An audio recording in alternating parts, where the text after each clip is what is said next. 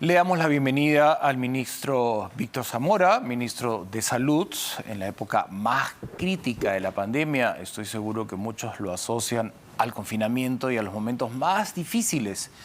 También recuerdo la despedida de todo el personal. Bueno, lo aplaudieron cuando se fue, fueron días muy duros.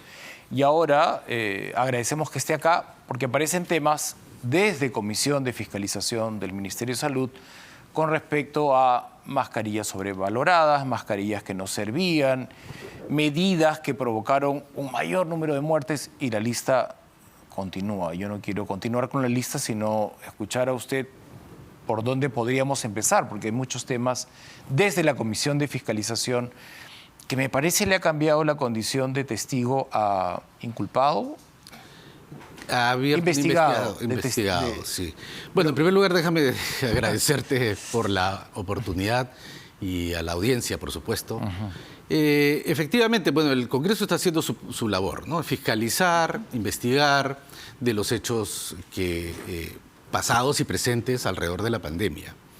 Y me permite además aclarar algunos puntos que se han tergiversado a lo largo de estos 2 años en que la información ha fluido de una manera vertiginosa y no se ha tenido tiempo para aclarar algunas cosas, ¿no? En este caso, la Comisión... Yo me he enterado por un Twitter que la Comisión me ha cambiado de posición, digamos, de testigo a investigado, pero no sé exactamente la razón por la cual. ¿Cuándo la Comisión de Fiscalización hizo el cambio? Me he enterado que ha sido el día de hoy. Pero yo fui invitado a la comisión la comisión de fiscalización, perdón. ¿Qué es otra? Que es otra, sí, a la comisión de fiscalización para dar mi versión sobre los hechos que me tocó liderar o dirigir desde el 21 de marzo oficialmente hasta el 15 de julio, ¿no?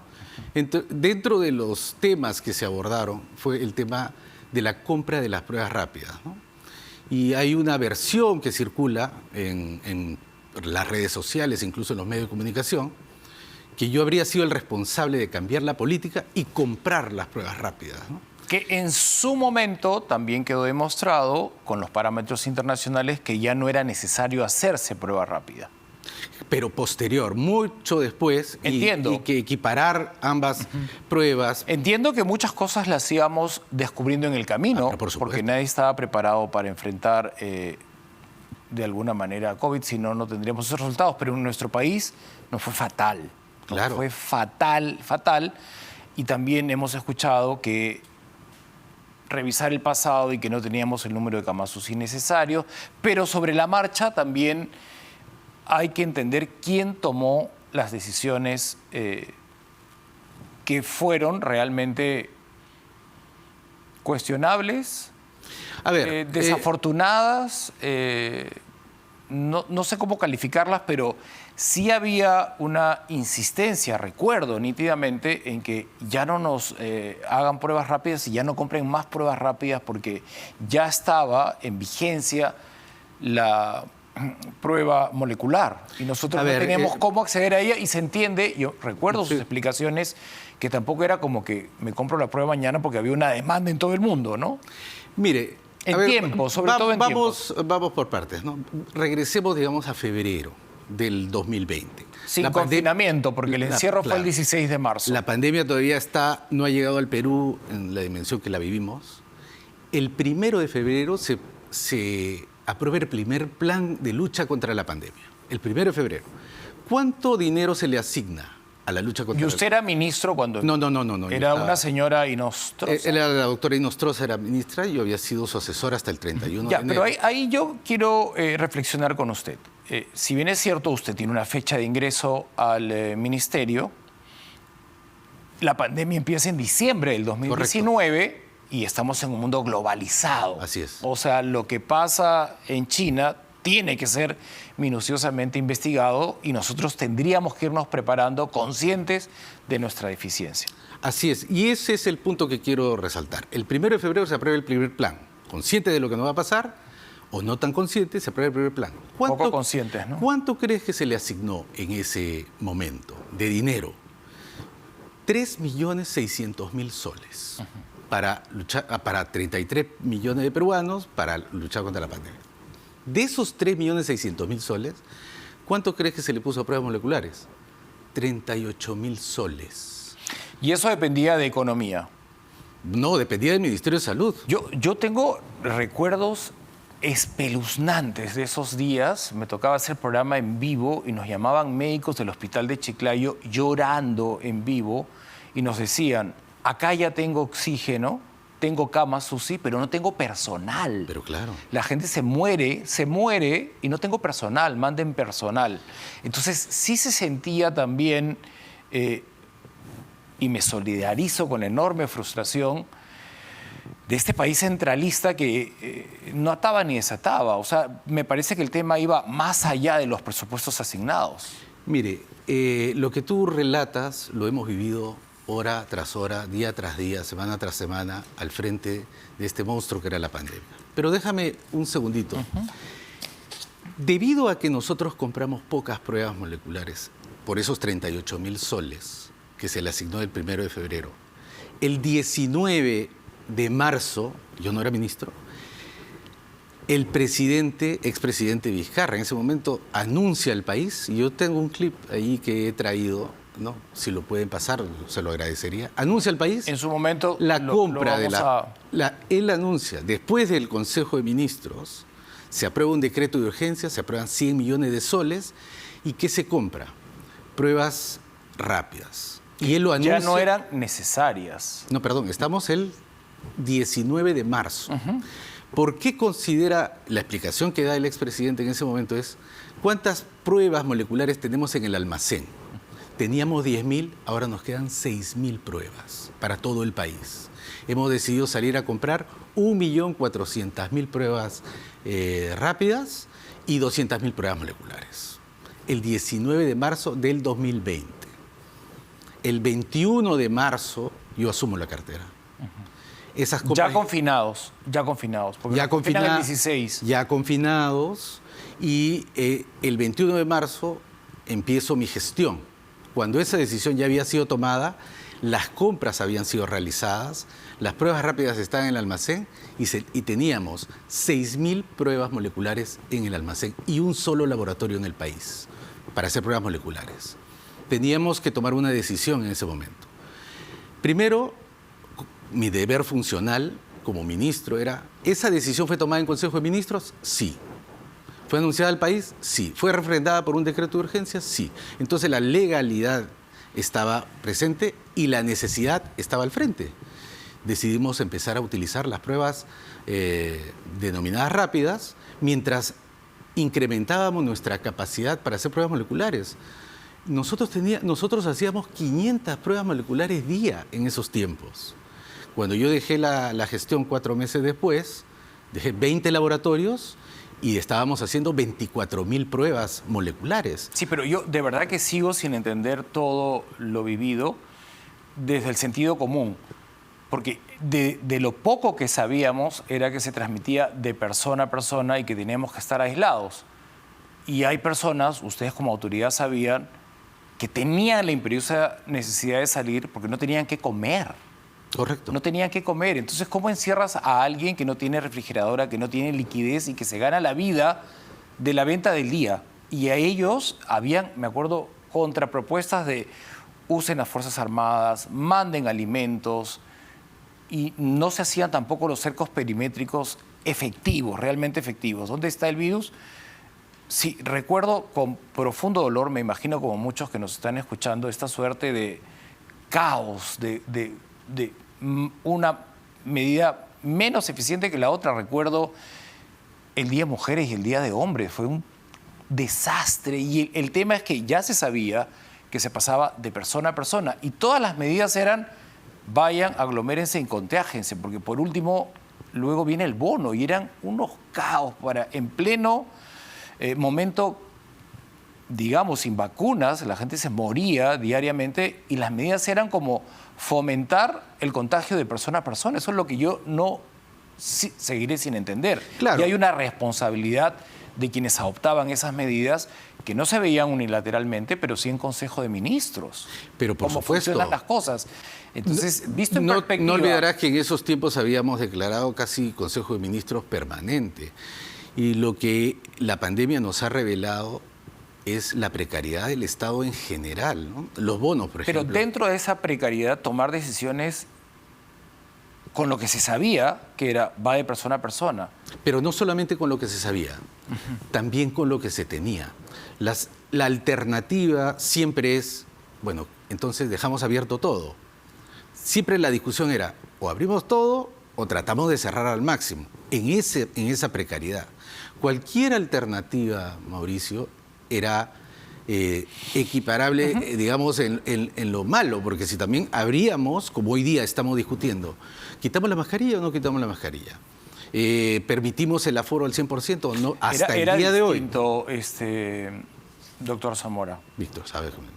Era completamente distinto y me parece que quien asumió un cargo público y que tiene un liderazgo como lo tiene usted, recuerdo la forma como fue despedido del ministerio, no tiene ningún problema en crecer admitiendo las cosas que tomó no malintencionadamente, sino en las que se equivocó. Pero yo por no supuesto. creo que haya un funcionario que no se equivoque. Pero por supuesto. Y que no admita Además, públicamente que se equivocó. Lo doloroso son las vidas que sí se pudieron salvar. Porque en nuestro país, qué doloroso recordarlo, es dolorosísimo. En nuestro país no se morían por COVID, se morían por falta de oxígeno. En otros países las vidas se salvaban porque sí tenían oxígeno a la mano, que era algo elemental. Entonces, es tristísimo lo que hemos vivido y sí me parece que nuestras autoridades, si finalmente tienen la hidalguía de que en algún momento no tomaron la decisión correcta, no malintencionadamente, sino como usted dice, de repente el presidente Vizcarra lo presionó o cada uno que asuma la responsabilidad que tiene, ¿no? Por supuesto, mire. En este caso entiendo que usted está diciendo que Vizcarra tomó algo sin escuchar su posición. No. Yo, como tú, fui testigo vi la conferencia de prensa en la cual el presidente, secundado por la ministra Inostroza, anuncia al país la compra de las pruebas y luego de esa decisión me convoca a ser parte de este esfuerzo, pero la precariedad nos desborda por todos lados y no hay que olvidar la incertidumbre y la falta de conocimiento. Salimos con 3 armas, en realidad. Mascarilla, porque creíamos que se transmitía por las gotitas en esos tiempos. Luego supimos que eran los aerosoles. Salimos con otra arma, el confinamiento. Y salimos con otra arma, el agua y el jabón, donde pudiese haber agua y jabón para el lavado de manos. Pero, por ejemplo, ese confinamiento, ¿no le parece que estuvo bastante desvinculado de quienes más necesitan al Estado? Confinar a personas que no tienen una refrigeradora, que no tienen que comer, que se ganan la vida diariamente y decirles enciérrense. ¿Cuál fue la asistencia del Estado? La asistencia del Estado fue la que se pudo dar con las herramientas que tiene este Estado, Mauricio. O sea, ¿No cuando se usaron las Fuerzas Armadas? Todas las Fuerzas Armadas. Todas. ¿Entregando alimentos en esas zonas del cinturón es de que pobreza? eso es lo que uno va descubriendo. Lo que tú crees que son las Fuerzas Armadas, una innumerable cantidad de soldados, que no es verdad. Incluso para el transporte del oxígeno en el país, nosotros tenemos que esperar que ese avión regresara de un punto para mandarlo a otro porque no tenemos una suficiente cantidad logística. Pero no llegaba para el todo avión país. tampoco. Yo recuerdo Iquitos que no tenía oxígeno y el vuelo duró 1 hora y no llegaba en una semana el oxígeno. No. Cuando se estableció el... Ahí están los videos. Cuando se estableció el puente... Sí, no te doctor explico. Zamora, porque yo estaba muy pendiente, todos los días me tocó presencial. Y recibíamos el pedido, no solo de Pero Iquitos, por supuesto, ¿no? yo no estoy negando la necesidad. Y tanto no estoy así, negando... perdóneme la interrupción, Sí. tanto así en Iquitos, es una de las zonas que más me impactó porque se murieron bomberos, médicos por falta de oxígeno, tanto así que dado que el Estado no resolvía, un sacerdote montó su planta de oxígeno. Correcto. Entonces, ¿cómo la iglesia, generosa, organizada, resolvió lo que el Estado no podía en días, en semanas? Eso es lo que yo recuerdo, lo he vivido con Efectivamente. usted, ministro, y yo recibiendo llamadas de los ciudadanos que se morían por falta de oxígeno. Eso realmente... Entiendo que tengo un Estado lento, burocrático y que es muy difícil tomar una decisión y firmas un papel y firmas otro, pero al extremo de que primero resuelva el civil, su crisis, y el Estado no llegó. Yo recuerdo a este padre Omar, acá en Lima, la cantidad de víveres que repartió en una semana y el Estado no llegaba. Ahora me voy a acordar el apellido. Pero bueno, lo escucho. No, lo que yo estoy totalmente de acuerdo contigo. O sea, nosotros, ¿Con qué está de tú acuerdo? y yo veíamos el mismo, Yo la no- misma yo desesperación. no fui ministro. No, la misma desesperación, la misma necesidad desbordando por Yo todos siento una lados. frustración y un dolor hasta ahora porque siento que el Estado no llegó. Pero yo comparto esa Y frustración. usted era Estado y yo era Yo ciudadano. comparto esa frustración en el sentido ¿Por de qué que no llegó? porque no tenemos esa capacidad instalada en el país, porque tenemos un sistema de salud muy precario para llegar a todo el país al mismo tiempo. Cuando instalamos el puente aéreo a Iquitos para llevar 60 balones de oxígeno todos los días, El jefe del comando era el doctor Ugarte, me acuerdo. correcto, Y dio positivo. así es. Nos enfrentamos a enormes problemas desde lo más sencillo. Los aviones de la Fuerza Aérea no transportan oxígeno en balones. Y se tomó el riesgo de enviar un avión lleno de oxígeno, altamente combustible, para llegar a Iquitos todos los días. Las paralizaciones se produjeron porque eso tenía que ser retornado. La desesperación en Iquitos era tal que muchos de esos balones no retornaban a Lima para poder rellenarlos y devolverlos. Me acuerdo que Chile donó oxígeno y teníamos que irlo a recoger por tierra a un punto de la frontera sur y no llegaban nunca a recogerlo. Esa era la segunda ola, sí, efectivamente. No sé si usted seguía siendo ministro porque No, las no. fechas no las tengo tan No, claras. pero la historia es la misma. Pero lo que se siente, en todo caso, es un Estado indolente. Es un Estado indolente que no estaba a la velocidad que la vida de los ciudadanos ameritaba. Yo Era un discrepo- tema de vida o muerte. Yo discrepo en Entonces, ese sentido, Mauricio. es válido en el discrepar, sentido de la imagínese. indolencia, ¿no? Respeto su Porque discrepancia. hay miles, no hablo por mí, pero no voy a juzgarme en este caso, sino por miles de trabajadores del Ministerio de Salud que se han dado íntegros. Y no solamente estoy hablando del punto de entrega, sino de funcionarios intermedios que han dado todo para poder tratar de responder a lo que tú y yo veíamos todos los días.